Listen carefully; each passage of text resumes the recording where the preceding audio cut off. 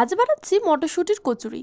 খুব ইজি একটা রেসিপি, একবার ট্রাই করলে বারবার বানাতে ইচ্ছে করবে। বাইরের অয়েলি কচুরিগুলো হচ্ছে খুব টেস্টি আর হেলদি হচ্ছে এই মটরশুঁটির কচুরি। প্রথমেই মটরশুঁটিগুলোকে ছাড়িয়ে নিয়ে লবণ দিয়ে সেদ্ধ করে নেবেন। তারপর পরিমাণ মতন রুলি ময়দা নিয়ে তাতে সাদা তেল, আপনারা চাইলে সর্ষের তেলও ব্যবহার করতে পারেন, এবং এরপর 1 চিমটে লবণ আর 1 চিমটে চিনি দিয়ে সুন্দর করে ময়াম তৈরি করে নেবেন। তারপর ভালো করে মেখে নিলে দেখবেন ডোটা ঠিক এরকম দেখতে হবে। এরপর আগে থেকে সেদ্ধ করে রাখা মটরশুঁটিগুলোকে ভালো মতন ফিল করে নেবেন। তারপর সেটিকে লুচির মতো করে বেলে নেবেন। দেখুন দেখতে ঠিক এরকম হবে। একটু হালকা হাতে বেলবেন, নইলে ফেটে যেতে পারে, আর পরে ভাজার সময় প্রবলেম হবে। পরে একটি কড়াই বসিয়ে তেল গরম হলেই ছাঁকা তেলে ভেজে নিলেই তৈরি আপনার মটরশুঁটির কচুরি বা কড়াইশুঁটির কচুরি, যা ইচ্ছা বলতে পারেন। এটা হেলদি প্লাস টেস্টি।